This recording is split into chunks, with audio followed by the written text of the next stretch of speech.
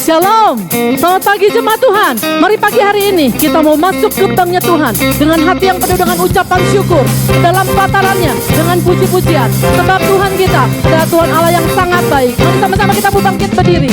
Masuk gerbangnya bersyukur dengan penuh pujian, bersuka di hadiratnya, nyanyi besarkan agung namanya.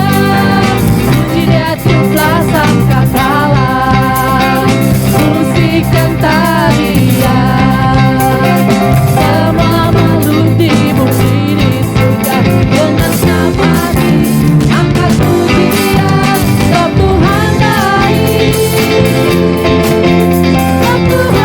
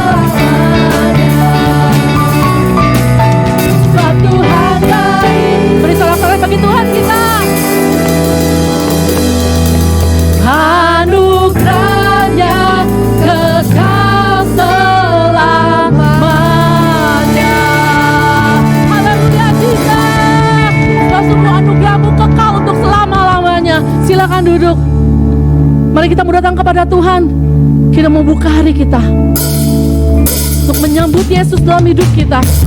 Oh, persembahan yang terbaik, segenap hati kita, segenap hidup kita, persembahkan kepada Tuhan.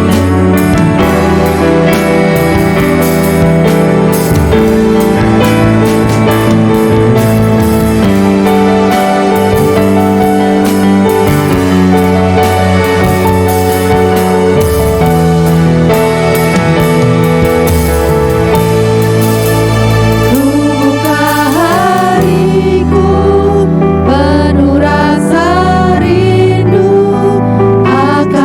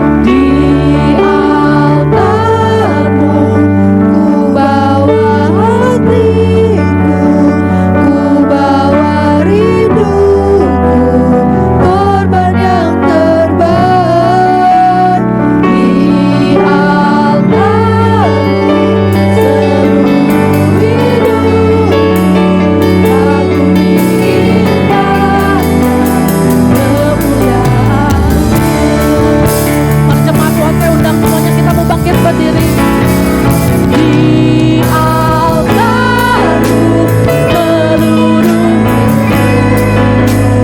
Ku bawa hidup, korban yang terbaik di altar-Mu seluruh hidupku. Kagumi indahnya kemuliaan-Mu di altar-Mu.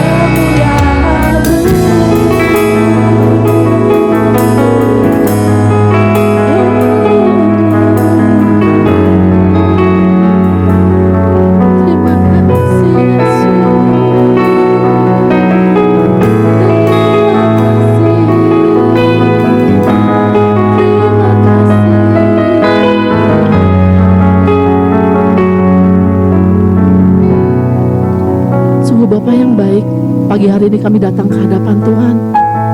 Kami membawa setiap hati kami di hadapan Kau. Kami membawa setiap rindu kami. Karena sungguh kami rindu akan Kau. Kami rindu bersekutu dengan Engkau. Satu pagi hari ini mari jamah setiap hati kami. Jamah setiap hidup kami. Bahwa kami Tuhan tuh kami boleh mengalami Engkau secara pribadi.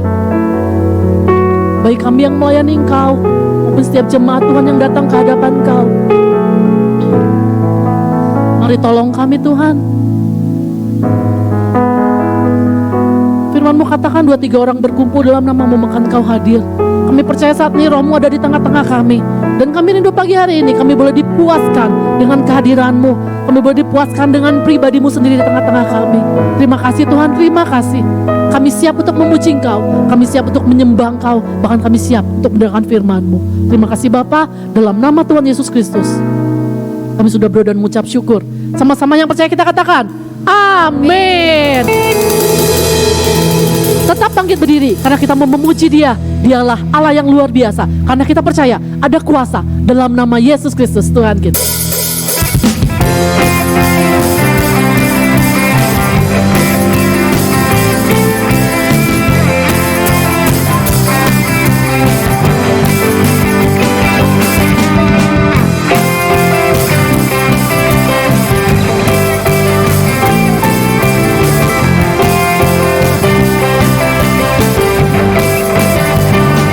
Namanya Tuhan benar raya.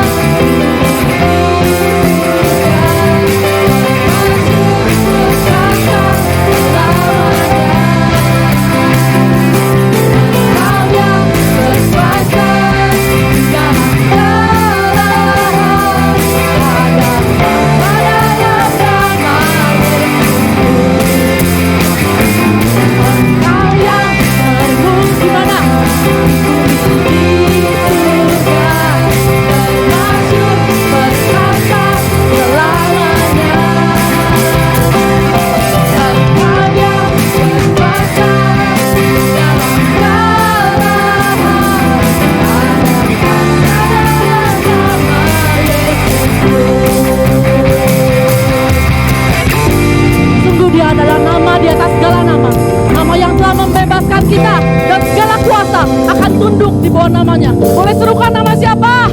Yesus. Nama siapa? Yesus. Nama di atas segala nama. Nama yang telah membebaskanku. Katakan sama-sama, segala kuasa tunduk. Segala kuasa tunduk pada nama Yesus Tuhan segala Tuhan.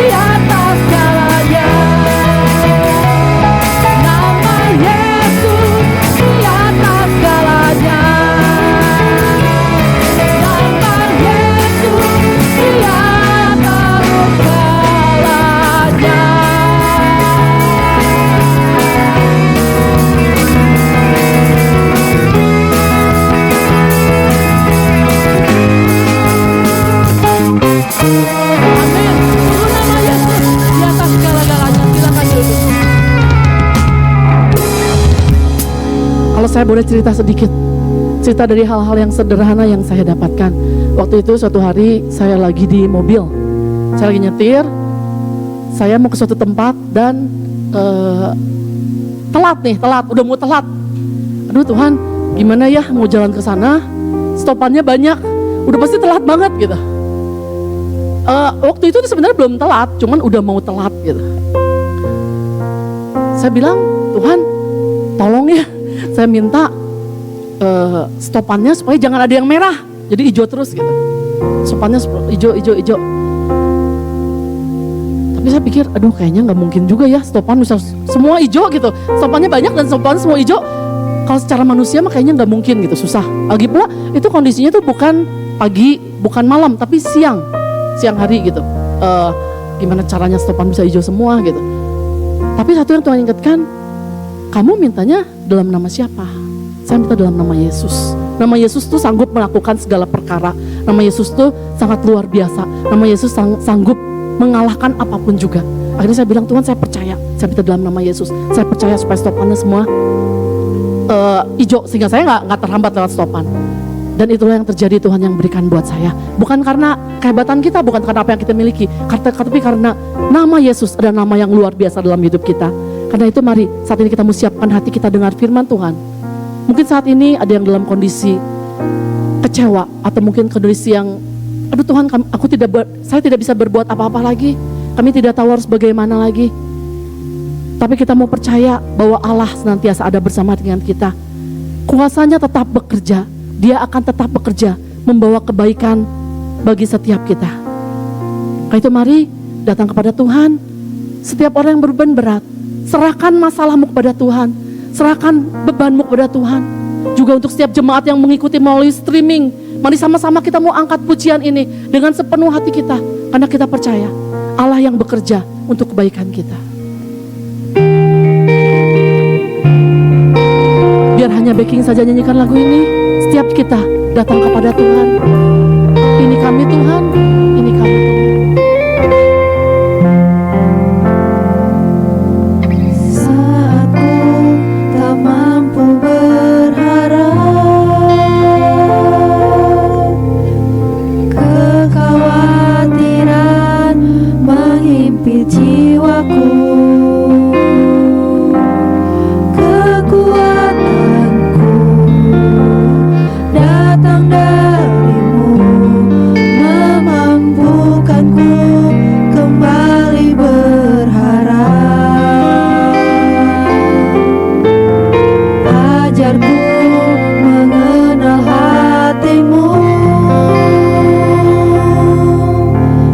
Percaya jalanmu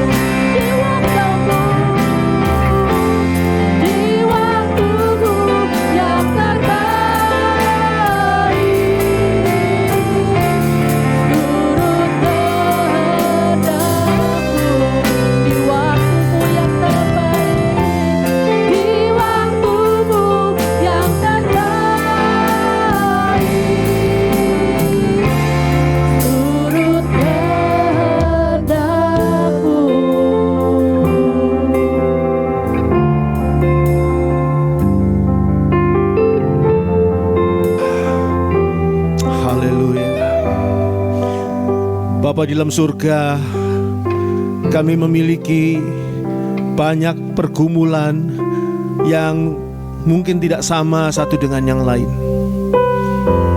Kami memiliki banyak sekali hal yang menjadi halangan, rintangan di dalam kehidupan kami. Kami memiliki banyak sekali persoalan yang mungkin tidak sama satu dengan yang lain. Tapi kami memiliki Tuhan yang sama, yang pagi hari ini hadir di tengah-tengah kami. Kami percaya pagi hari ini Tuhan bekerja di antara kami. Engkau akan bukakan jalan keluar bagi seluruh masalah dan pergumulan, persoalan hidup kami. Engkau akan menolong kami, membukakan pikiran hati kami, dan memberikan kepada kami kekuatan yang baru yang datangnya dari Tuhan untuk menyelesaikan semua masalah yang harus kami hadapi. Kami percaya firman-Mu mengandung kuasa yang luar biasa, sehingga firman-Mu itulah yang menjadi jawaban dan jalan keluar bagi setiap masalah kami.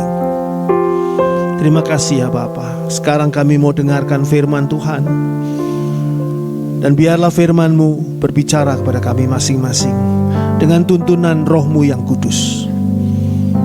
Di dalam nama Tuhan Yesus kami berdoa. Haleluya. Amin. Puji Tuhan. Silakan duduk. Puji Tuhan. Selamat pagi saudara sekalian. Pola dari Tuhan adalah membawa kita dari beban, masalah, dan perbudakan kepada suatu kelepasan, kepada suatu kemerdekaan, kepada suatu berkat. Jadi pola Tuhan adalah pola seperti yang dialami oleh bangsa Israel, yang dilepaskan dari Mesir, perbudakan dan penderitaan mereka di sana, dan Tuhan membawa kepada Kanaan, tanah penuh berkat Tuhan. Jadi dari tidak diberkati menjadi diberkati. Itu pola Tuhan. Tapi mengapa banyak orang percaya, banyak orang Kristen yang tidak mengalami berkat Tuhan, yang sama sekali belum pernah mengalami berkat Tuhan? Saya ingin ingatkan bahwa berkat Tuhan bukan hanya materi. Salah satu berkat Tuhan adalah materi. Tapi berkat Tuhan juga adalah hal-hal yang lain. Seperti keselamatan, itu jelas menjadi berkat Tuhan. Seperti juga pemeliharaan Tuhan, itu juga menjadi berkat Tuhan. Perlindungan Tuhan atas kita, atas anak-anak kita, keluarga kita, itu juga merupakan berkat Tuhan. Pertolongan Tuhan di dalam kita mengatasi pergumulan masalah dalam hidup kita, itu juga berkat Tuhan. Jadi berkat Tuhan bukan hanya materi, seperti yang dialami oleh bangsa Israel. Bangsa Israel masuk ke Kanaan bukan hanya mendapatkan materi berupa tanah yang subur, tapi juga mereka berhadapan dengan berbagai macam tantangan, dan Tuhan ada di pihak mereka. Dan itu adalah berkat Tuhan. Dan mengapa banyak orang percaya, orang Kristen yang tidak mengalami berkat Tuhan, atau pernah mengalami berkat Tuhan tapi sekarang sudah tidak lagi? Ada 7 langkah untuk berada dalam berkat Tuhan. Saya berharap ini bisa selesai pada pagi hari ini, tapi kalau tidak selesai nanti akan disambung kembali. Ada 7 langkah untuk berada dalam berkat Tuhan. Pertama, saya ingin gambarkan dengan sangat sederhana, yaitu berkat Tuhan itu seperti Kanaan. Satu kawasan, satu daerah, satu tempat di mana dikatakan di situ penuh susu dan madu, artinya tanah penuh berkat Tuhan di situ. Dan bangsa Israel dituntun oleh Tuhan masuk ke Kanaan. Bukan hanya di luar Kanaan, tapi masuk ke dalam Kanaan. Bangsa Israel dituntun oleh Tuhan untuk masuk ke dalam berkat Tuhan. Masuk ke dalam area, zona berkat Tuhan. Jadi kalau saudara dan saya ingin berada dalam berkat Tuhan, langkah pertama adalah kita harus masuk ke dalam berkat Tuhan itu sendiri.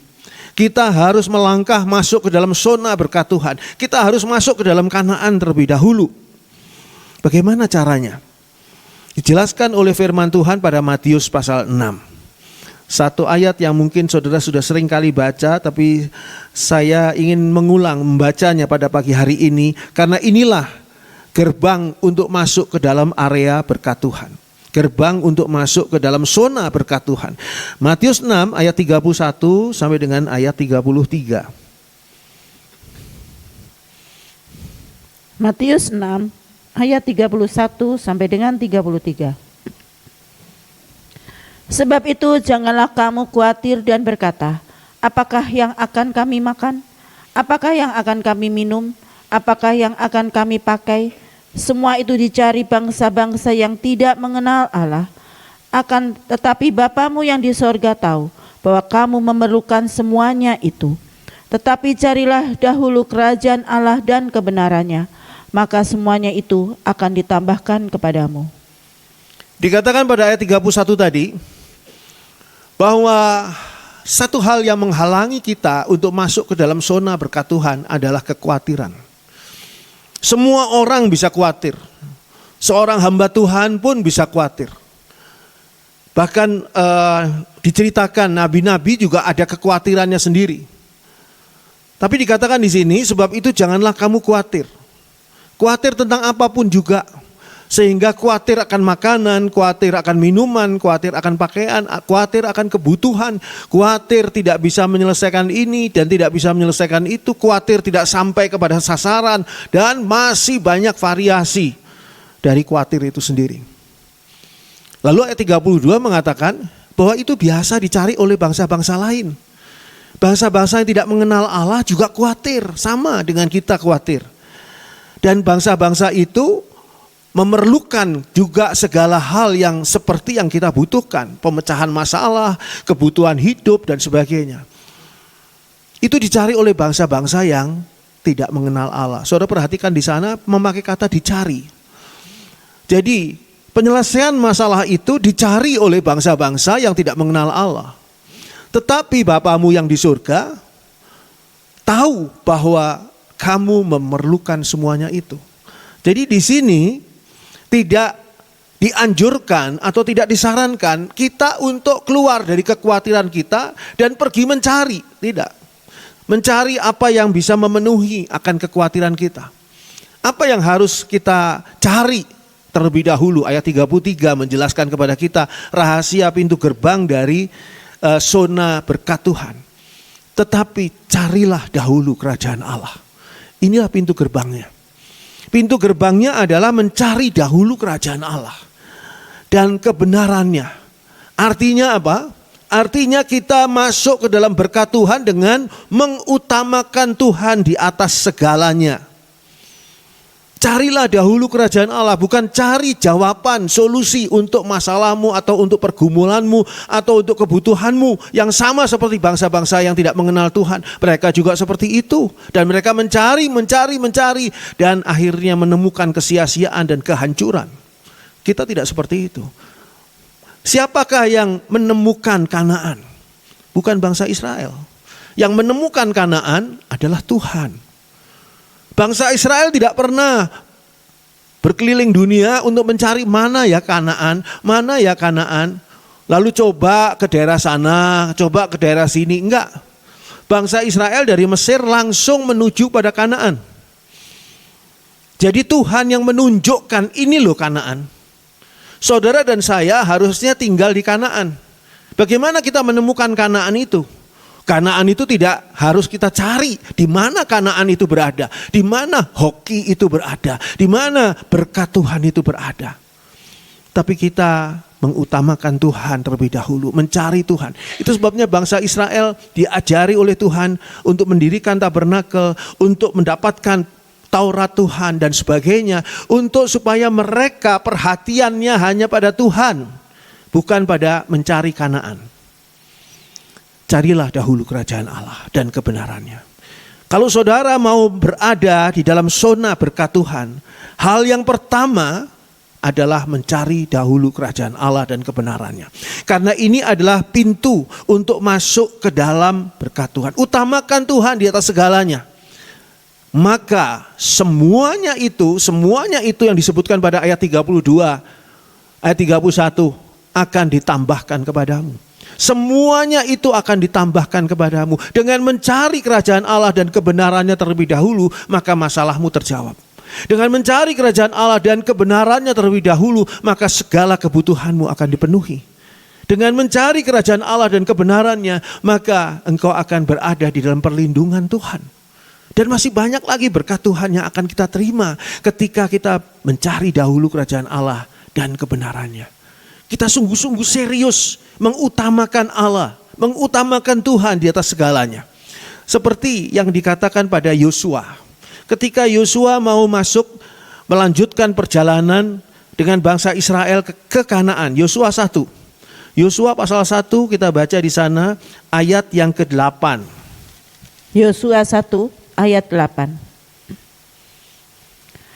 Janganlah engkau lupa memperkatakan kitab Taurat ini, tetapi renungkanlah itu siang dan malam, supaya engkau bertindak hati-hati sesuai dengan segala yang tertulis di dalamnya. Sebab dengan demikian perjalananmu akan berhasil dan engkau akan beruntung. Kalau saudara pernah menonton film sebuah perjalanan, katakanlah sebuah perjalanan laut, naik kapal, apa yang mereka pelajari di perjalanan itu? Di dalam perjalanan itu mereka mempelajari kompas arah dari tujuan dari kapal ini. Mereka mempelajari peta daerah di sana, mana lautan, mana pulau, mana segala dipelajari. Cerita anak-anak Dora itu juga pakai peta. Untuk pergi ke rumah nenek pakai peta. Karena supaya tidak kesasar petanya. Nah, zaman sekarang juga orang masih pakai peta. Petanya ngelihat di Google Map atau apa yang lainnya. Yang kadang-kadang tidak sesuai dengan kenyataan. Sehingga orang untuk sampai kepada tujuan dalam perjalanan itu melihat peta. Apakah itu salah? Tidak salah tentu saja. Tetapi itu cara yang dipakai oleh orang-orang dunia.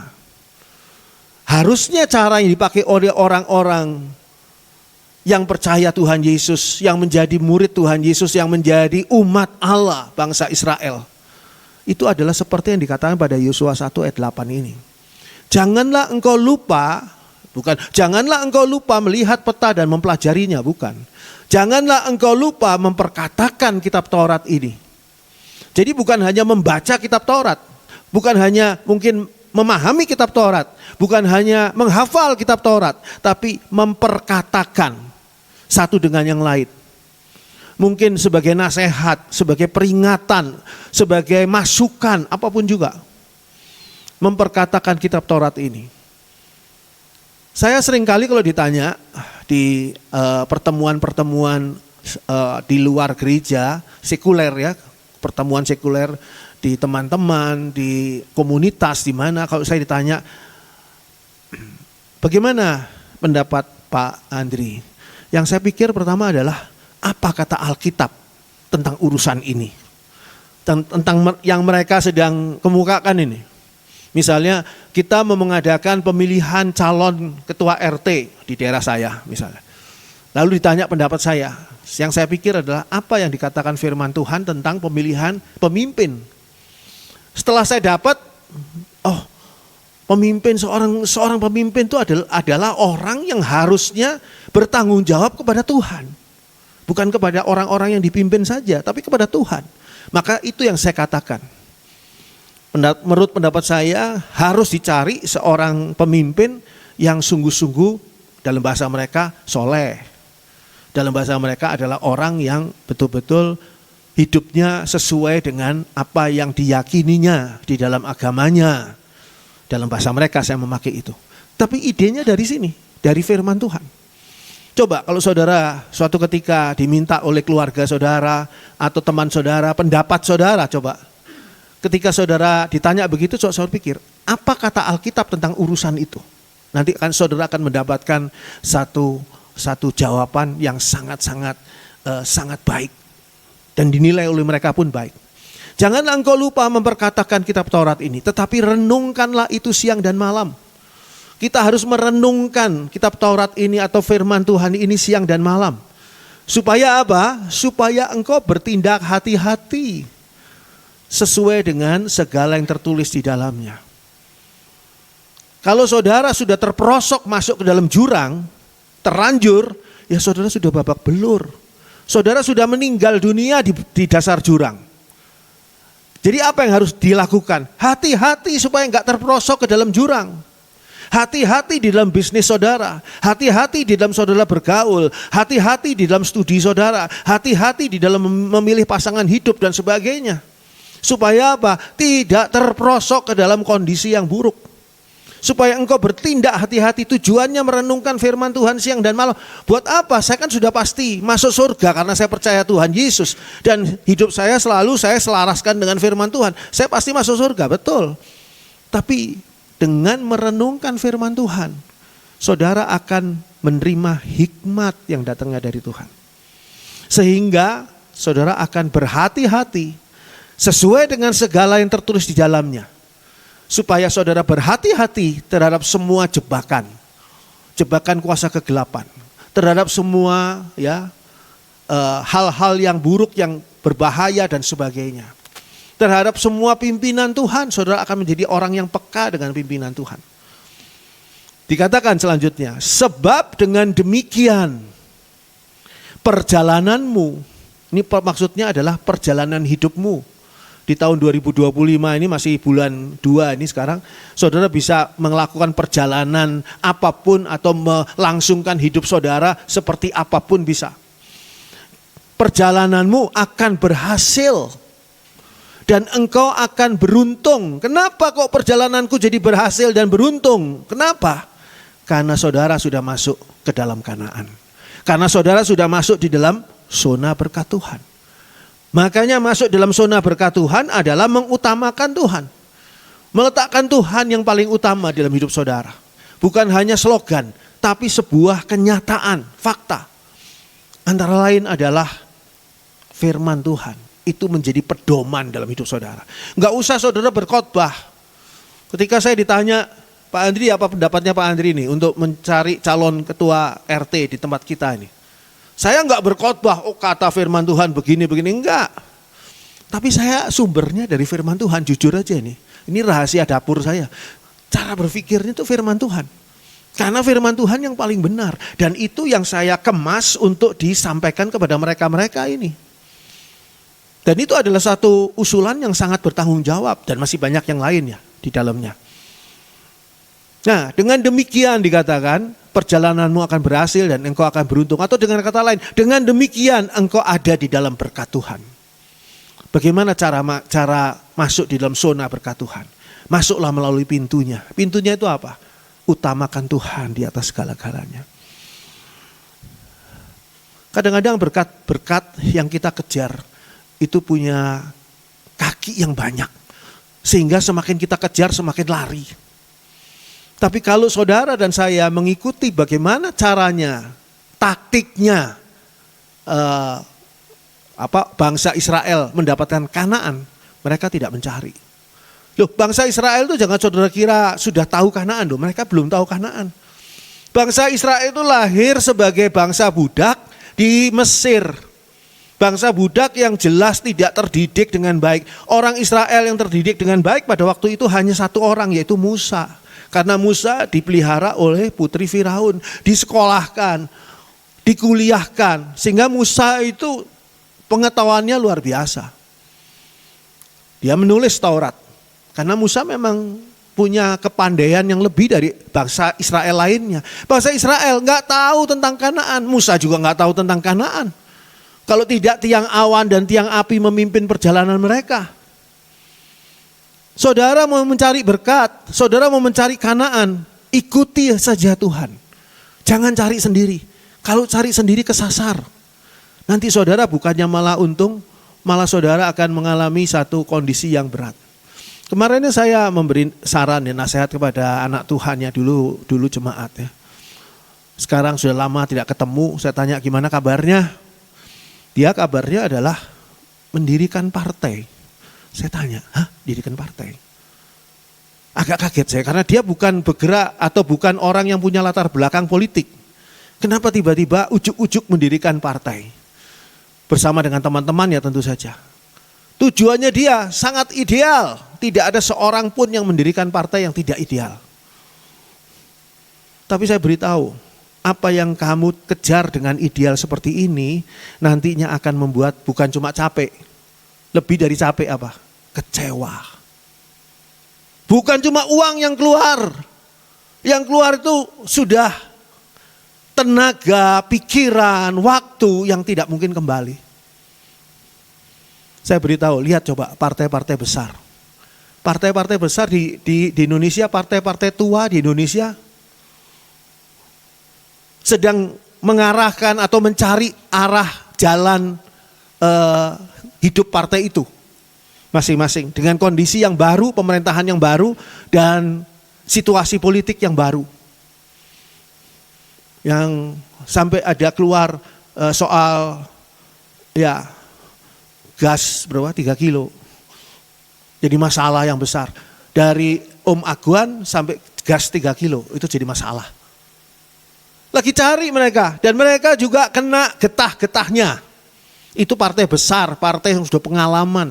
Nah, partai kamu partai baru. Apa enggak masih jauh lihatnya? Saya bilang kalau kamu mau masuk politik, masuklah ke partai besar aja. Memang di partai besar kamu cuma jadi rakyat. Sedangkan kalau di partai baru kamu jadi raja.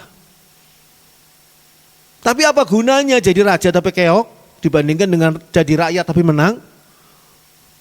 Ya saya berdoa supaya nasihat saya dijalani ya. Kalau enggak ya free will, kehendak bebas dia. Jangan mencari berkat, tapi kejarlah sang pemberi berkat. Ya, nasihatnya itu adalah kalau kita mencari berkat salah. Tapi kalau kita mengikuti sang pemberi berkat, maka kita akan sampai di titik-titik berkat yang sudah disediakan bagi saudara dan saya.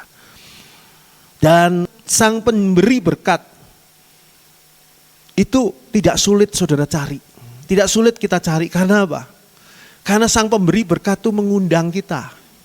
Ayatnya kita baca ya, ayat yang sering kali, Matius 11 ayat 28. Matius 11 ayat 28. Matius 11 ayat 28.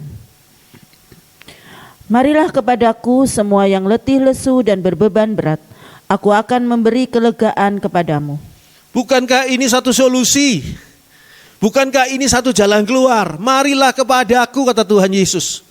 Semua yang letih lesu karena mengejar berkat, karena mencari jalan keluar bagi permasalahannya, ada pergumulannya, berbeban berat.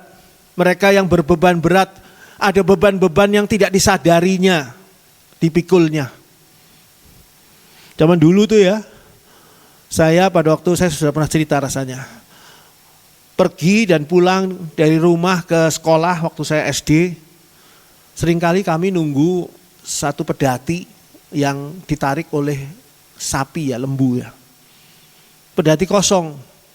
Jadi kita pura-pura berlindung di belakangnya pedati itu supaya nggak kena panas. Pedati itu kan suka ada ininya ya. Pedati angkut barang itu biasanya, angkut tanaman atau hasil bumi. Saya dan saudara-saudara saya kalau di tengah jalan si size-nya itu sudah tidak melihat kami karena jalan pelan kan, kami naik pluk. Jadi jalan dari rumah ke sekolah itu 70%, 75% naik pedati tanpa si pedatinya tahu. Itu adalah beban. Saudara dan saya seringkali dalam hidup kita tanpa kita sadar ada beban-beban ekstra di punggung kita yang tidak kita ketahui. Tidak kita sadari dan tidak harus sebetulnya menjadi beban kita. Dan itu membuat kita letih lesu dan berbeban berat. Dan Tuhan Yesus memanggil, marilah kepadaku semua yang letih lesu dan berbeban berat. Aku akan memberi kelegaan kepadamu. Tapi banyak orang Kristen yang melakukan begini. Aduh Tuhan, terima kasih untuk ayat firman Tuhan ini. Amin. Saya mau datang kepada Tuhan Yesus.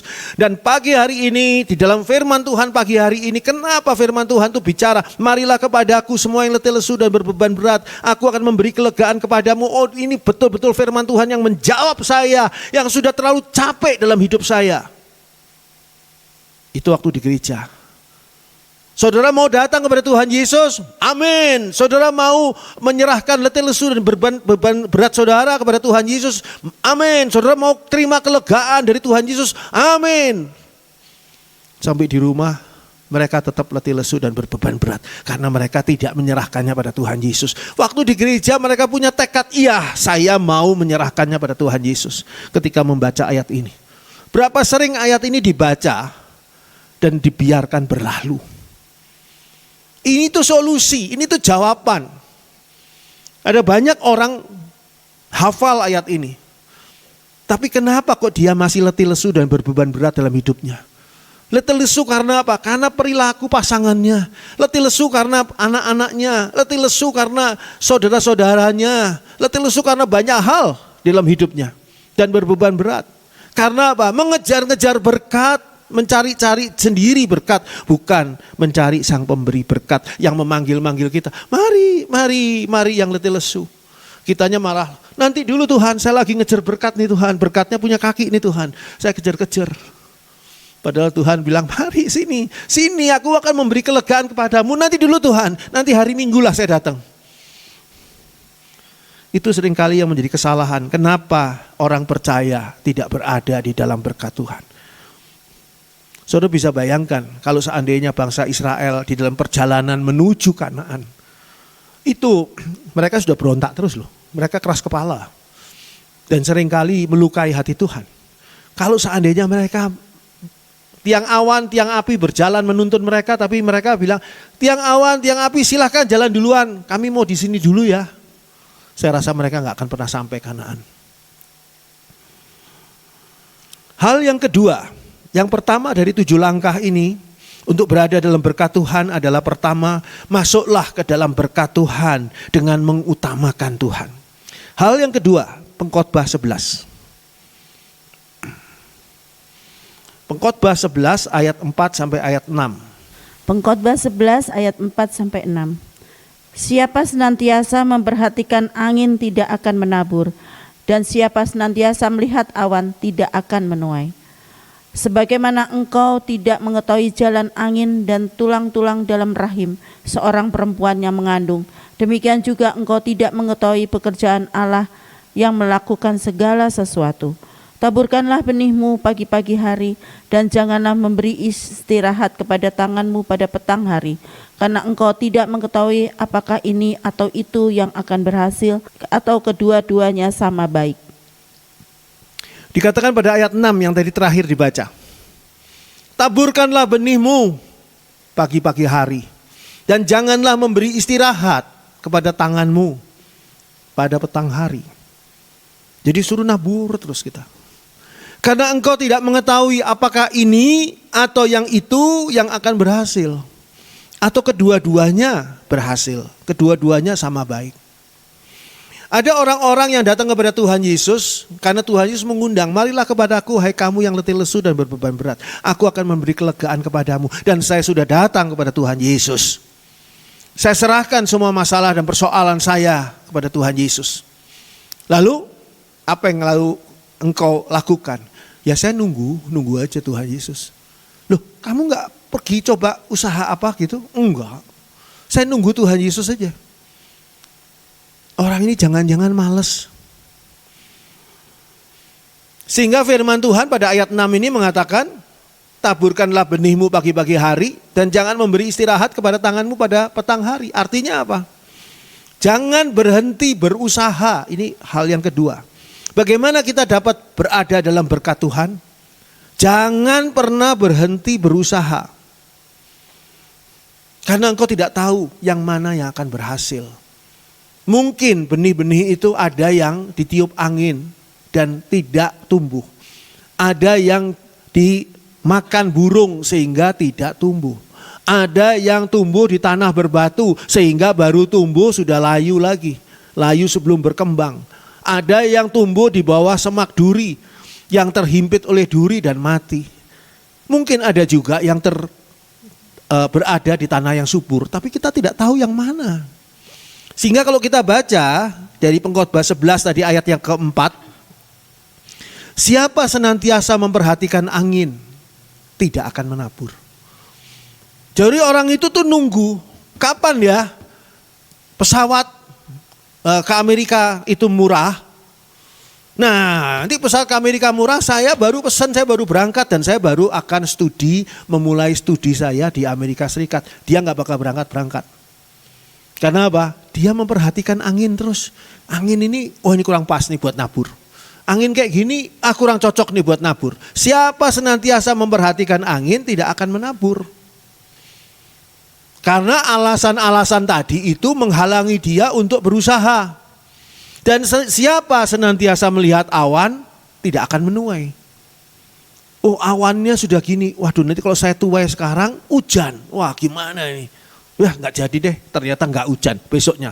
Nah ini cerah nih, sekarang mau mulai menuai, mendung lagi, wah nggak jadi lagi. Ada orang-orang yang sulit mengambil keputusan, sulit untuk bertindak, sulit untuk melangkah, karena apa? Bukan karena dia terlalu pandai, bukan. Karena dia terlalu khawatir. Terhadap angin ini dia khawatir, terhadap awan itu dia khawatir, terhadap segala hal dia khawatir. Nanti kalau saya lakukan sekarang gimana ini? Ada orang yang punya sedikit uang dan dia bingung. Katanya saya harus menabung, tapi kalau saya tabung, saya taruh di bawah bantal. Nanti ada yang tahu, di bawah bantal pas saya tidur atau pas saya pergi, bantal saya digerayangi, uang saya hilang. Jangan di bawah bantal dong nabungnya. Nabungnya itu di bank. Dia pergi ke bank. Di bank dia tanya berapa bunganya? Kecil sekali. Jadi gimana? Ini nabungnya kok kecil sekali. Gimana kalau Bapak nabungnya berbentuk deposito aja Pak? Lebih besaran sedikit. Memang lebih besar sedikit tapi tetap kecil sekali. Jadi apa ya, harus gimana? Coba beli logam mulia, emas. Siapa tahu dengan menabung pakai emas nanti harganya melonjak terus. Tapi dia pegangi emasnya itu terus. Saya taruh di mana ya? Serba takut naruhnya di mana. Takut hilang. Padahal sudah benar lah menabung pakai emas karena bisa untung. Tapi orang-orang bilang itu akan kalah dibandingkan dengan saham. Menabunglah dengan saham. Punya uang itu belikan saham. Pas dibelikan saham dia nggak bisa tidur. Karena takut saham itu anjlok. Nah zaman sekarang kamu kan generasi Z. Harusnya kamu itu nabungnya pakai kripto. Mata uang yang nggak tahu ada di mana gitu. Jadi dia tidak menabung karena apa? Karena dia serba khawatir dengan segala sesuatu. Ayat yang kelima. Sebagaimana engkau tidak mengetahui jalan angin dan tulang-tulang dalam rahim seorang perempuan yang mengandung, demikian juga engkau tidak mengetahui pekerjaan Allah yang melakukan segala sesuatu. Allah bekerja dalam diam. Allah tidak gaduh ketika mau menerbitkan matahari di sisi timur. Di hari yang baru. Enggak. Saudara bahkan enggak tahu. Matahari sudah muncul ternyata. Allah di dalam pekerjaannya enggak menarik perhatian. Enggak omon-omon. Tapi hasil kerjanya ada. Seperti yang kita sering baca dan dengar, Roma 8 kita baca coba. Roma 8 ayat 28. Ini ayat yang banyak ayat yang mungkin saudara anggap ayat yang bagus. Tapi tidak ada gunanya kalau ayat yang bagus itu tidak hidup di dalam kehidupan saudara. Roma 8 ayat 28. Roma 8 ayat 28. Kita tahu sekarang bahwa Allah turut bekerja dalam segala sesuatu untuk mendatangkan kebaikan bagi mereka yang mengasihi Dia, yaitu bagi mereka yang terpanggil sesuai dengan rencana Allah. Saudara dan saya sekarang diberitahu Allah turut bekerja dalam segala sesuatu untuk mendatangkan kebaikan bagi mereka yang mengasihi Dia. Jadi kalau saudara tidak berusaha, bagaimana Allah turut bekerja di dalam usaha saudara? Sekali lagi ya, kalau saudara tidak berusaha, bagaimana Allah turut bekerja di dalam usaha saudara? Makanya poin kedua adalah jangan berhenti berusaha. Allah sedang bekerja bersama kita, sedang mengupayakan apa yang sedang kita kerjakan. Mungkin yang sedang kita kerjakan ini sedang dikoreksi oleh Allah, mungkin sedang diarahkan oleh Allah, mungkin sedang diperbaiki oleh Allah. Usaha, setiap usaha itu selalu perlu persiapan. Saudara kalau usaha tapi tidak persiapan, maka saudara akan menghadapi banyak kesulitan. Karena persiapannya nggak ada. Sekarang saudara mau pergi dari rumah, ditanya oleh istri saudara, mau kemana? Mau usaha. Usaha apa? Kalau saudara usahanya sebagai tukang kayu, ya saudara harus bawa peralatan kayu. Kalau saudara usahanya sebagai makelar, penjual dan sebagainya, saudara pakaiannya ya harus rapi, paling nggak compang-camping, nggak pakai singlet sama celana pendekan, jual barang yang saudara mau jual kan enggak. Kecuali saudara mau jual singlet dan celana pendek tadi. Pasti perlu persiapan. Setelah persiapan, usaha itu perlu pelaksanaan. Strategi pelaksanaannya gimana? Harus seperti apa? Saudara buka peternakan ayam atau peternakan bebek gitu ya. Di Jawa Timur banyak sekali peternakan bebek. Makanya saudara lihat sering bebek goreng, bebek geprek dan sebagainya itu kebanyakan orang Jawa Timur. Nah itu tuh berbeda caranya dengan peternakan ikan. Dengan beternak lembu. Berbeda dengan kalau saudara mau menghasilkan satu ladang yang mempunyai hasil bumi yang baik untuk dijual. Berbeda strateginya. Jadi ada pelaksanaannya. Persiapan dan kedua pelaksanaan. Dan yang ketiga adalah pemeliharaan. Setelah saudara laksanakan gitu, saudara harus amati. Ada hama wereng mungkin, ada hama tikus mungkin, ada hama tetangga yang kurang ajar mungkin. Tetangga itu bisa juga jadi hama loh. Kok ternyata dia iri hati, dia justru merusak tanaman kita. Saudara perlu apa? Perlu pemeliharaan. Nah, saya beritahu, di mana Allah bekerja? Allah bekerja saat saudara mempersiapkan, persiapan, di situ ada Allah bekerja. Di dalam saat saudara melaksanakan, di dalam pelaksanaan ada Allah bekerja. Di dalam pemeliharaan ada Allah bekerja. Dalam 3 tahap yang utama di dalam usaha ini ada Allah yang bekerja. Yang tidak perlu pamer-pamer. Saya kasih tahu ya kamu ya, kata Allah, aku bekerja loh di sebelah kamu. Oh nggak perlu pamer-pamer. Janji Allah bekerja itu benar-benar akan bekerja. Tapi saudara harus berusaha. Semuanya itu baik persiapan, pelaksanaan, pemeliharaan itu membutuhkan apa? Keseriusan. Kalau saudara tidak serius di dalam buka toko, maka toko saudara sulit untuk bisa maju, bisa laku. Sedangkan saudara serius saja masih banyak saingannya, masih banyak hal yang perlu diperjuangkan. Semuanya itu baik persiapan, pelaksanaan, pemeliharaan di dalam usaha itu perlu serius. Jangan sampai Allah serius nolong saudara, saudara yang kurang serius di dalam usahanya. Jadi jangan pernah berhenti berusaha. Selain serius butuh apa lagi? Satu lagi, butuh harga yang harus dibayar. Saudara harus berani berkorban untuk usaha saudara. Kalau tidak berani berkorban untuk usaha saudara, makanya saya selalu menasihati kepada anak-anak saya, ke teman-teman dan sebagainya. Kalau kamu buka usaha, 10% dari hasil usahamu berikan sebagai persembahan persepuluhan.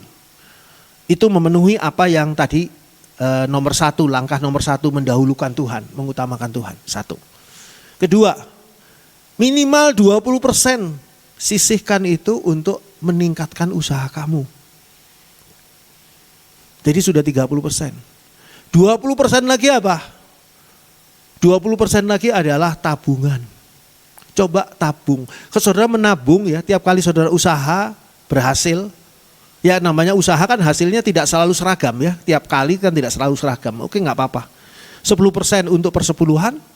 20% untuk meningkatkan usaha saudara, 20% lagi untuk menabung. 50% saudara nikmati buat hidup saudara sekeluarga. Karena dengan cara seperti itu, lihat nanti luar biasa berkat Tuhan yang akan terjadi dalam hidup saudara. Meningkatkan usaha saudara itu apa sih? Mungkin kalau saudara punya toko, ada rak-rak yang sudah dimakan rayap, sudah nggak bagus lagi. Nah, 20% tadi itu dipakai untuk memperbaiki rak-rak itu. Buat penampilan saudara, mungkin juga untuk membiayai membuat TikTok supaya diiklankan usaha saudara. Sehingga dengan cara seperti itu meningkat. Atau misalnya dipakai untuk membeli peralatan-peralatan baru. Saudara kan kerja kan kadang-kadang pakai peralatan. Peralatan saudara dari dulu, dari anak saudara kecil sampai anak saudara sekarang sudah kumisan, tetap alatnya itu terus, yang nggak bisa maju. Kenapa? Nggak punya uang. Bagaimana caranya punya uang? Ya tadi, ada bagian-bagian yang disisihkan untuk kemajuan peningkatan perusahaan. Jadi ada harga yang harus dibayar, itu pengorbanan. Itu pengorbanan. Usaha itu selalu akan berhadapan dengan apa? Usaha itu ada 3 hal paling tidak, ya. Harus berhadapan dengan 3 hal ini. Pertama, tantangan. Tantangan dalam usaha. Apalagi kalau saudara usahanya usaha baru. Di tempat yang ya belum terlalu akrab dengan apa yang saudara usahakan. Tantangan. Yang kedua adalah risiko. Tidak ada usaha tanpa risiko. Yang ketiga adalah kadang-kadang nih halangan. Halangan dari orang-orang yang iri hati. Halangan dari orang-orang yang punya niat yang tidak baik. Tapi saudara tidak perlu khawatir dengan tantangan, risiko dan halangan itu. Allah turut bekerja. Allah turut bekerja untuk mengatasi tantangan-tantangan yang saudara hadapi. Allah turut bekerja di dalam menghadapi resiko yang ada. Kalau saudara dipimpin oleh Roh Kudus, diberi hikmat oleh Tuhan, maka resiko dalam hidup saudara akan semakin rendah. Tapi kalau saudara berjalan dengan kebodohan pikiran saudara sendiri, resikonya akan tinggi sekali. Memang di dalam rumah saudara juga bisa meninggal dunia. Tapi di luar rumah ketika saudara naik kendaraan, itu risiko kecelakaan tinggi. Makanya ada asuransi, ya kan? Asuransi kecelakaan. Ketika kita bayar perpanjang STNK dan sebagainya, tidak ada asuransi di dalam rumah. Risikonya ada. Saudara sudah nyetir hati-hati. Ketika saudara lagi ngantri tiket di pintu tol, tiba-tiba nyelonong satu truk besar atau bis besar yang remnya blong. Ya kejadian kemarin. Itu kalau bisa terjadi sama orang lain juga bisa terjadi pada saudara loh. Jangan saudara anggap, oh tidak bisa terjadi pada saya. Tapi saudara perlu ingat, kalau hidup saudara diserahkan ke dalam tangan Tuhan dan membiarkan Tuhan bekerja, bahkan untuk risiko itu pun juga Tuhan bekerja. Asal jangan nantang Tuhan. Jangan sengaja nantang Tuhan. Jangan sengaja untuk menantang risiko tanpa hasil. Yang ketiga, kita buka Mazmur. Pertama adalah masuklah ke dalam berkat Tuhan dengan mengutamakan Tuhan. Yang kedua, jangan berhenti berusaha karena Allah bekerja bersama kita. Mazmur 127 ayat 1 dan 2. Ini yang ketiga.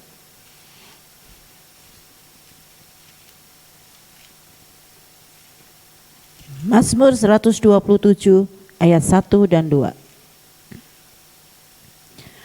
Jikalau bukan Tuhan yang membangun rumah, sia-sialah usaha orang yang membangunnya. Jikalau bukan Tuhan yang mengawal kota, sia-sialah pengawal berjaga-jaga.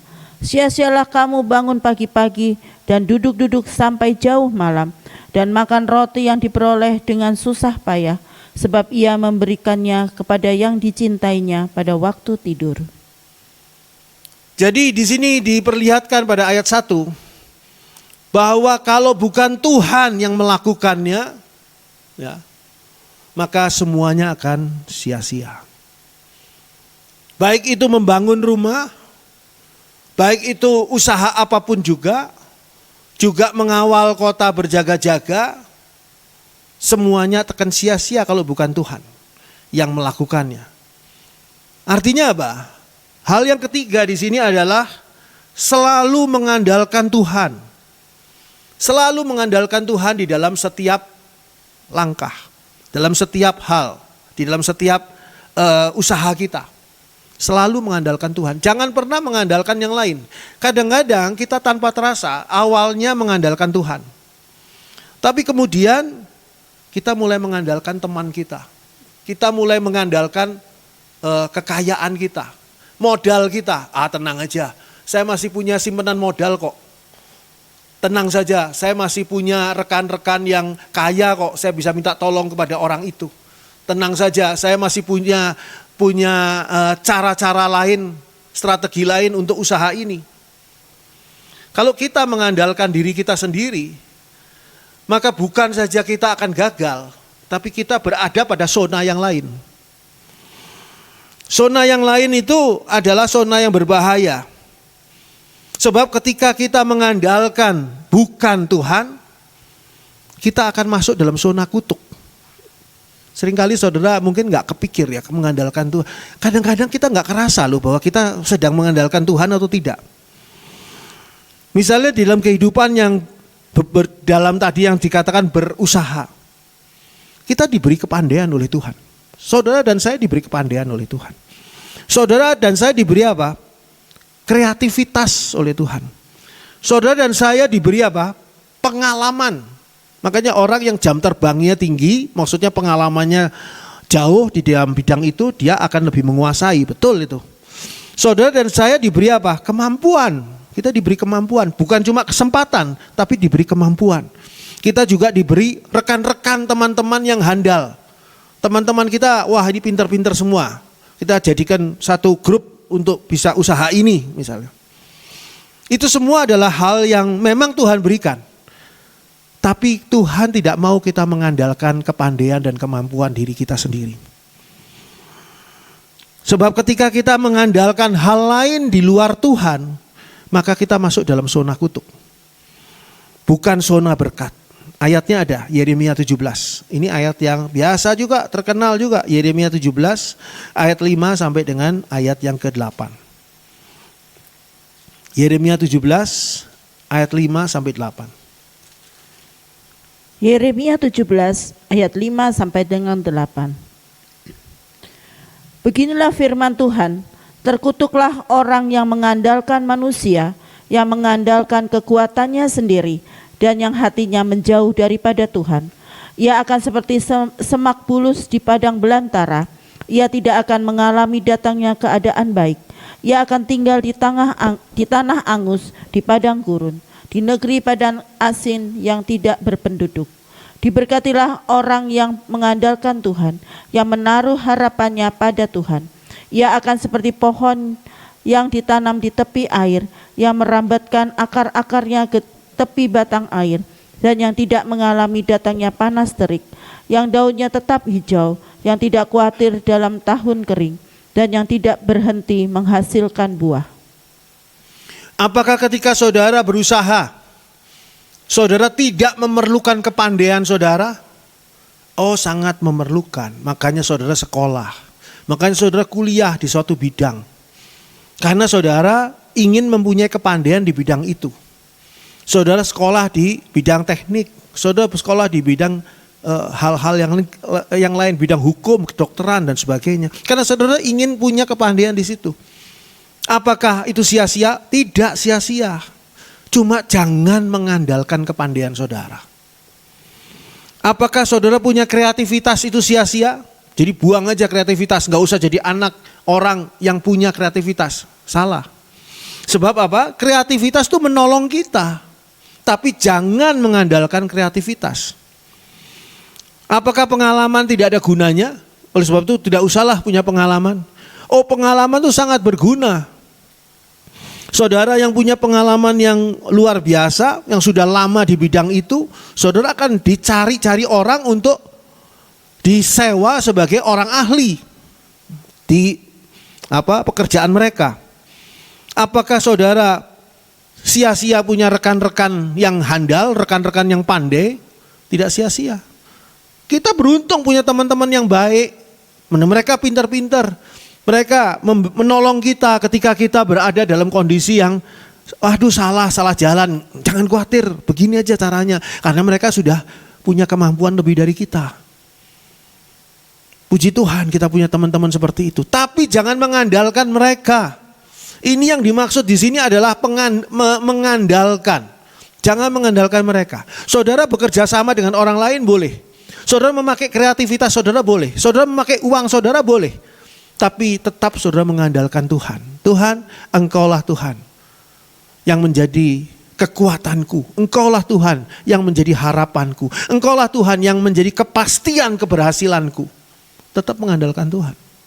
Walaupun kita menggunakan manusia untuk menjadi staf kita ataupun teman untuk kerjasama kita, betul. Tapi tidak mengandalkan mereka. Sebab ketika kita mengandalkan yang di luar Tuhan, maka kita masuk ke zona kutuk. Terkutuklah ayat 5. Terkutuklah orang yang mengandalkan manusia. Manusia itu siapa? Ya termasuk teman saudara tadi, termasuk atasan saudara, termasuk mentor saudara, termasuk siapa saja yang manusia. Terkutuklah orang yang mengandalkan manusia.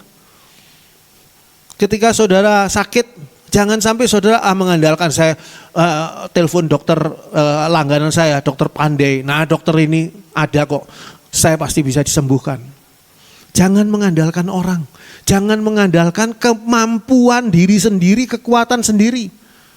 Dan orang yang mengandalkan manusia, mengandalkan kemampuan diri sendiri akan menjauh dari Tuhan hatinya. Jangan sampai menjauh dari Tuhan hatinya. Dia akan masuk di dalam zona kutuk. Lalu ayat 7. Ayat 7 zona berkat. Diberkatilah orang yang mengandalkan Tuhan. Yang menaruh harapannya pada Tuhan. Saudara mengalami masalah, persoalan, pergumulan, tantangan. Saudara terlanjur masuk jebakan. Saudara terlanjur berada dalam situasi yang sangat-sangat di bawah. Situasi yang nol. Saudara berada dalam situasi yang nol. Saudara tidak mampu berbuat apa-apa. Bagaimana saudara mau pindah dari Mesir menuju Kanaan?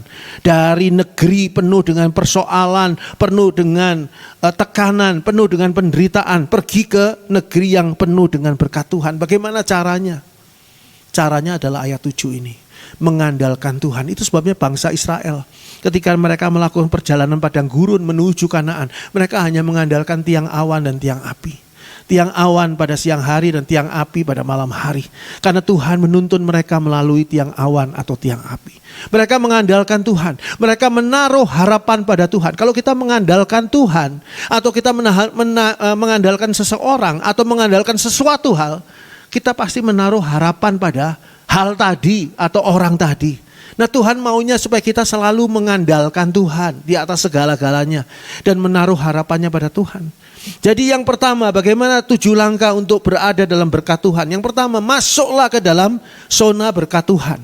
Caranya adalah dengan mengutamakan Tuhan di atas segalanya. Yang kedua, jangan berhenti berusaha. Ingat Allah sedang bekerja bersama-sama saudara. Jadi jangan berhenti berusaha. Yang ketiga, selalu mengandalkan Tuhan di dalam menjalani kehidupan, di dalam mengatasi persoalan. Dan yang keempat adalah nanti kita sambung lain kali. Puji Tuhan. Amin. Bukan dengan kekuatanku ku dapat jalani hidupku. Tanpa Tuhan yang di sampingku, ku tak mampu sendiri.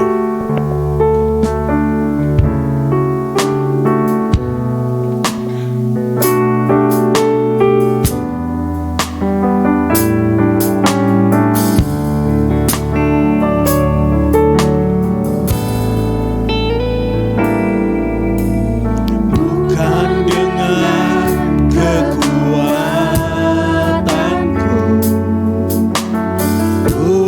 dapat jalani hidupku tanpa Tuhan yang di sampingku. Ku tak mampu sendiri,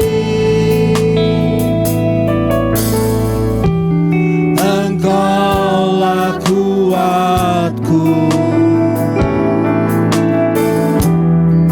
yang menopangku. Ku pandang wajahmu dan berseru, pertolonganku datang darimu.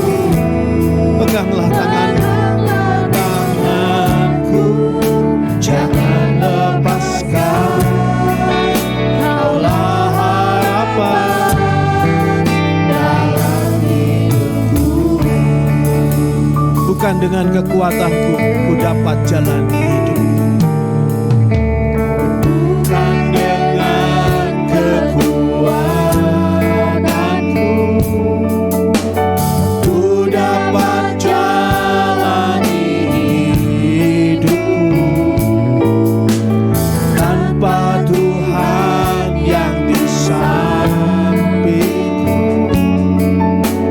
Ku tak mampu sendiri, Engkaulah kuatku yang menopangku, yang menopangku. Mari kita bangkit berdiri. Ku pandang wajahmu dan berseru, pertolonganku datang darimu. Peganglah tanganku, jangan lepaskan.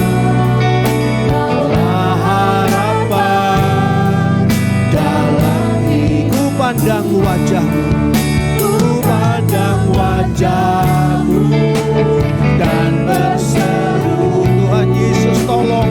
Pertolonganku datang darimu. Peganglah tanganku, jangan lepaskan. Kaulah harapan dalam hidupku. Ku pandang wajahmu Tuhan, ku pandang wajahmu dan berseru, Yesus anak Daud, kasihanilah kami. Ku datang darimu. Peganglah tanganku, jangan lepaskan.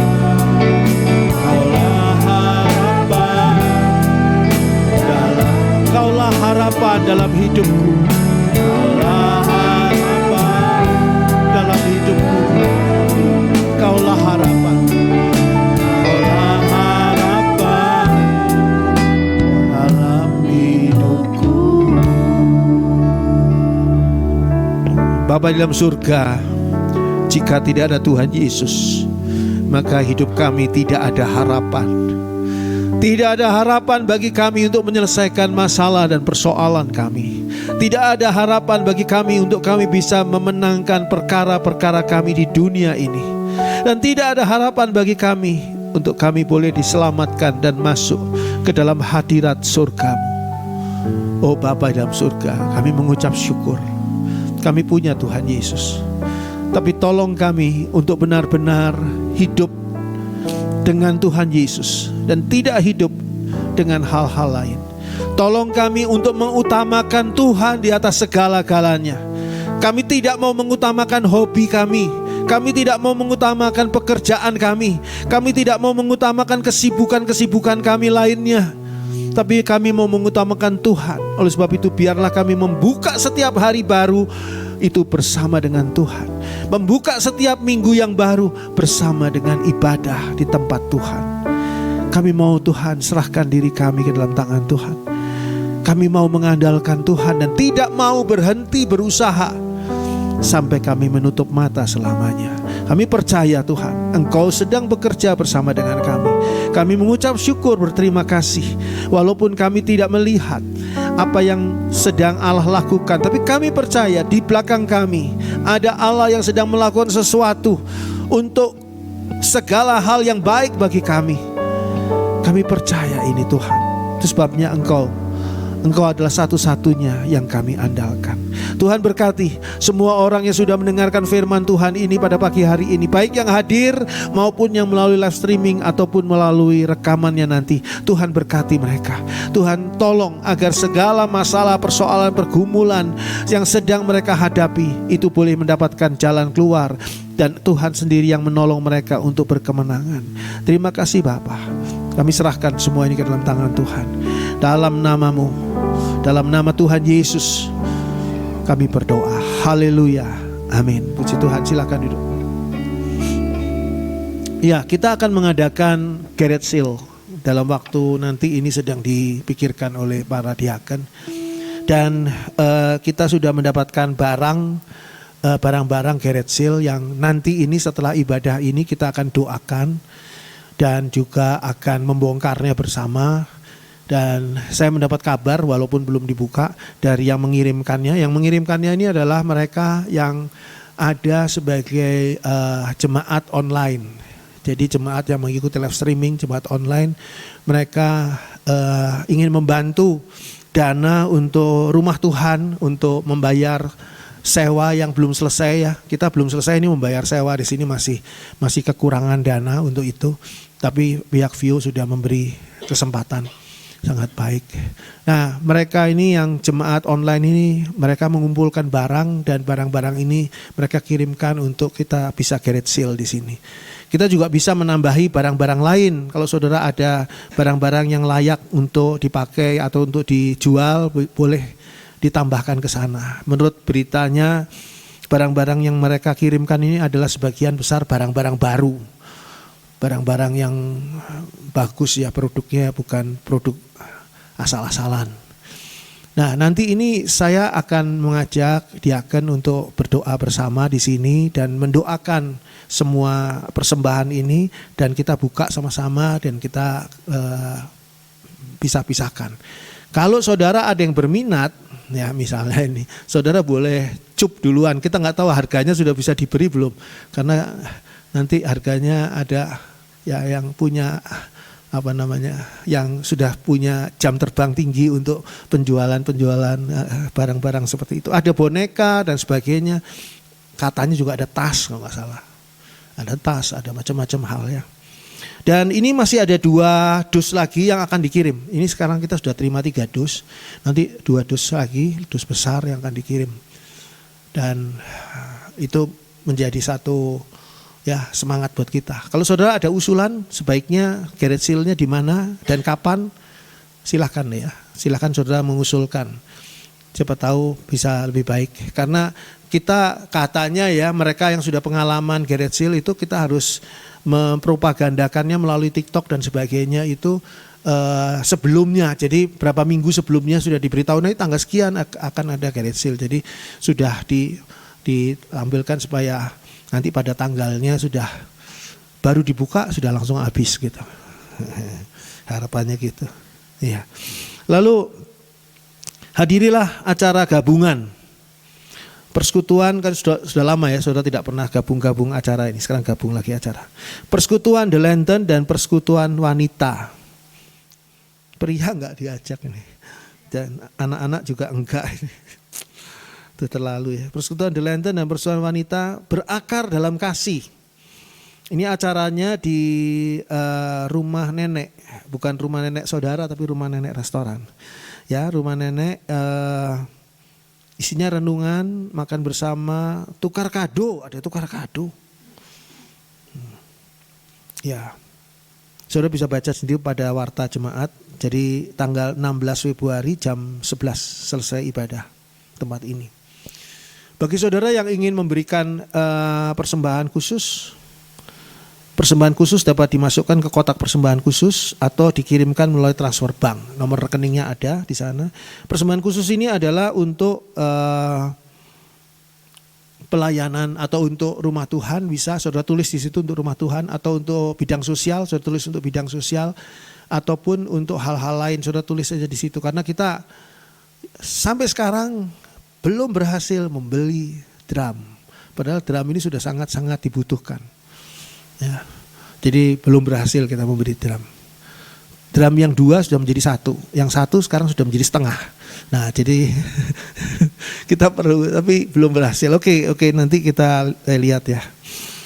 Ya, tapi hasil dari garage sale tidak akan buat beli drum. Garage sale hasilnya akan dipakai buat rumah Tuhan, karena itulah tujuan persembahan mereka. Jadi saya selalu tertib ya, kalau orang memberi persembahan untuk apa ya, untuk itulah persembahan itu akan digunakan, jadi tidak untuk hal lain. Jangan lupa saya tetap mengundang saudara untuk ikut Zoom Jumat, tiap Jumat jam 7 malam, memahami ayat-ayat Alkitab. Ya. Linknya bisa minta dari Ibu Heni. Dan bagi jemaat yang ingin melayani Tuhan, ya, ada kesempatan untuk melayani Tuhan. Kita melayani selagi kita masih hidup ya. Kalau kita sudah nggak hidup, gimana bisa melayani Tuhan? Pelayanan kebaktian anak membutuhkan tim doa juga, tim kunjungan juga, pengatur sound system ini sudah terisi tetap ini rasanya ini, Kang Ari, dan pemimpin pujian ini doakan Ari supaya dia segera bisa berumah tangga. Pemimpin pujian, penyanyi latar, Ari tahu saudara ingat wajahnya kan sekarang merah jambu mukanya. Dan latar ya, backing vokal, pemain musik juga, operator dan semua ya. Boleh daftar ke Ibu Heni atau Ibu Lian. Ya, itu saja pengumuman hari ini. Tuhan memberkati. Nanti dulu sebelum saudara, nanti kalau saudara misalnya mau ikut bongkar-bongkar ini barang garage sale boleh ya. Saudara yang mau pulang juga boleh, nggak masalah. Cuma kalau yang mau ikut melihat atau ikut doa bersama di sini sebentar kok. Cuma doanya sebentar, bongkar-bongkarnya yang lama mungkin. Milih-milih. Ya. Oke, ya Tuhan berkati. Ada tambahan pengumuman sedikit untuk acara minggu depan, gabungan persekutuan, pria dan anak-anak boleh ikut. Boleh ikut. Jadi nggak cuma wanita dan Delanton, tapi pria dan anak-anak boleh ikut. Anak-anak muda Delanton boleh daftar ke Saudara Aldi. Itu perlu daftar dulu ya, karena kita harus booking tempatnya. Untuk yang wanita, pria dan anak-anak daftar ke Ibu Imelda. Dan di sana nanti milih menunya bebas, tapi ada note keterangan bayar masing-masing. Ya, jadi itu nggak disubsidi oleh tiap-tiap kas, tapi bayar masing-masing. Kita di sana mau bersama-sama berbagi hidup. Kita mau ngobrol, kita mau santai, kita mau tukar kado, karena itu menggabungkan Natal, Imlek dan Valentine. Jadi kita tukar kado ya sama-sama. Diharapkan semua jemaat bisa hadir. Kita penuhi rumah nenek dengan kehadiran kita, oke? Ya, ditunggu pendaftarannya sampai terakhir hari Kamis. Terakhir hari Kamis ya, karena kita harus booking dulu tempatnya. Ya, oke. Sekarang kita memberikan persembahan bagi pekerjaan Tuhan. Bagi setiap jemaat di tempat ini boleh memberikan persembahannya dengan cara memasukkan ke kantong yang sebenarnya akan diedarkan. Bagi setiap jemaat yang mengikuti ibadah melalui live streaming dapat memberikan persembahannya juga dengan cara mentransfernya ke nomor rekening yang ada di layar saudara-saudara sekalian. Selamat memberikan, Tuhan Yesus memberkati.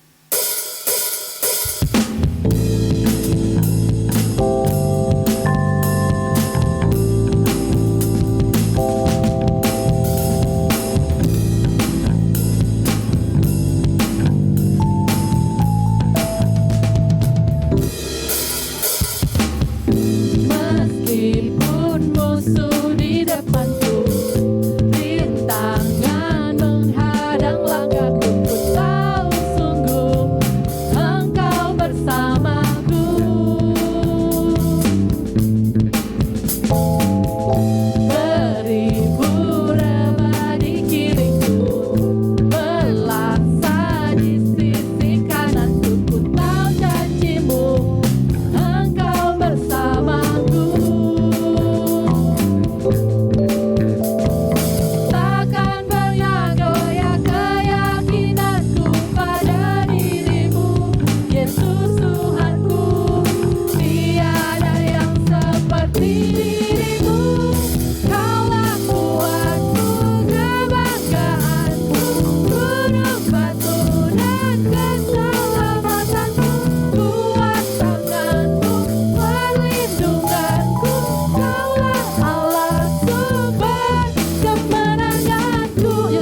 saya undang semuanya, kita mau bangkit berdiri.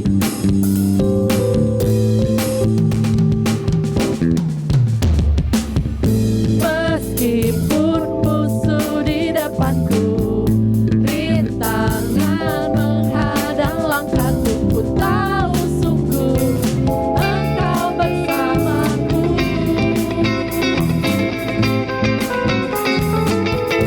Berimu berada di kiriku, berlaksa di sisi kananku, ku tahu janjimu Engkau bersamaku.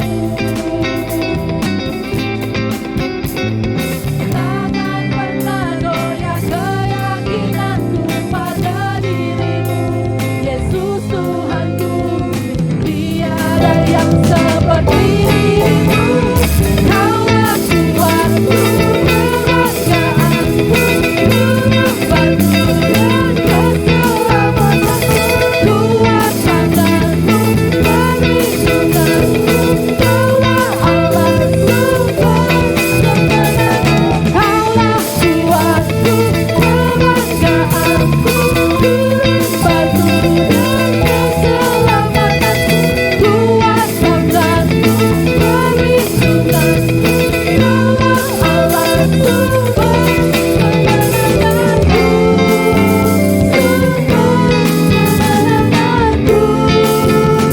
Allahku, kemenanganku, kemenangan, Kaulah kuatku.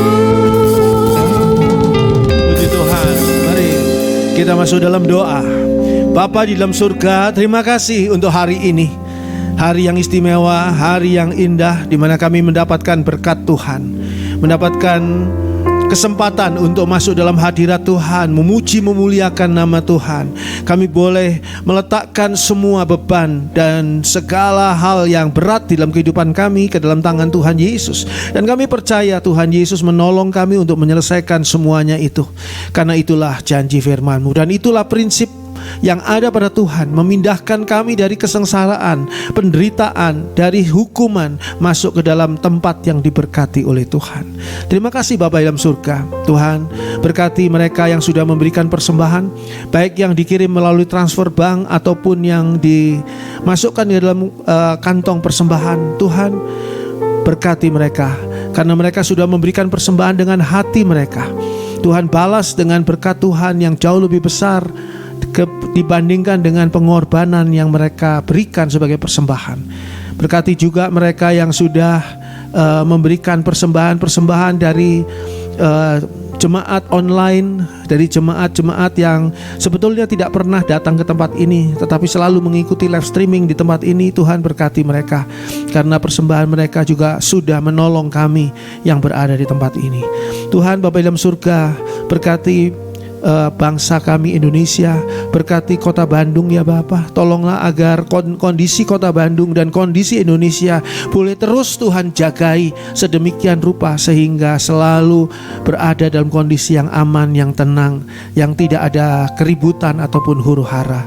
Tuhan, tolong agar penginjilan boleh semakin luar biasa di Indonesia, sehingga lebih banyak lagi orang Indonesia yang menerima Tuhan Yesus sebagai Tuhan dan Juru Selamat kami, Tuhan dan Juru Selamat mereka. Bapa dalam surga, kami serahkan akan rencana-rencana kami, akan rencana-rencana gereja-Mu Tuhan, agar semuanya boleh berjalan dengan baik dan boleh berhasil. Terima kasih Bapa. Sekarang kami mau membuka hati kami untuk berkat Tuhan.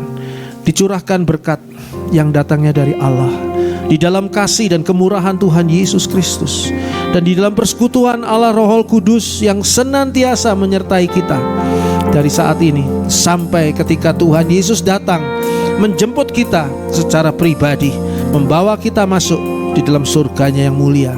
Di dalam nama Tuhan Yesus Kristus, terpuji nama Allah selama-lamanya. Haleluya. Amin. Bapa,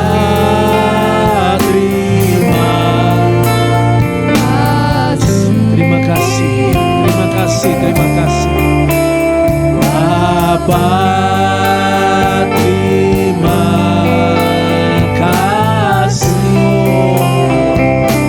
Bapa. Bapa di dalam surga,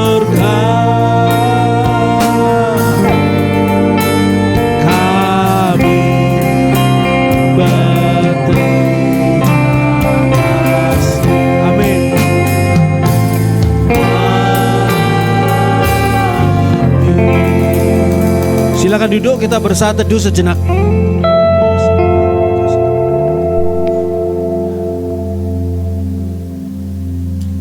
Selamat pagi, Tuhan memberkati kita semua. Puji Tuhan.